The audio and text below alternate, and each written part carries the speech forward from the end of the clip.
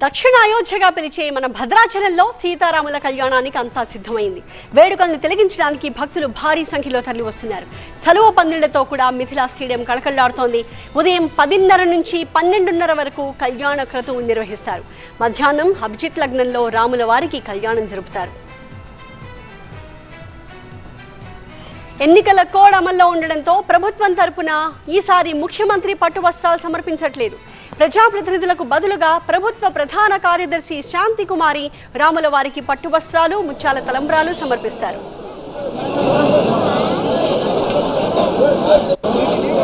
సీతారాముల కళ్యాణం పూర్తయిన తర్వాత భక్తులకు రాముల వారి కళ్యాణ తలంబ్రాలను పంచుతారు. ఇందుకోసం 5 లక్షల ముత్యాల తలంబ్రాల ప్యాకెట్లు సిద్ధం చేశారు. అలాగే 2 లక్షల లడ్డూలను కూడా సిద్ధం చేశారు. ముత్యాల తలంబ్రాలను, లడ్డూలను అందించడానికి భద్రాచలంలో 60 కౌంటర్లు ఏర్పాటు చేశారు.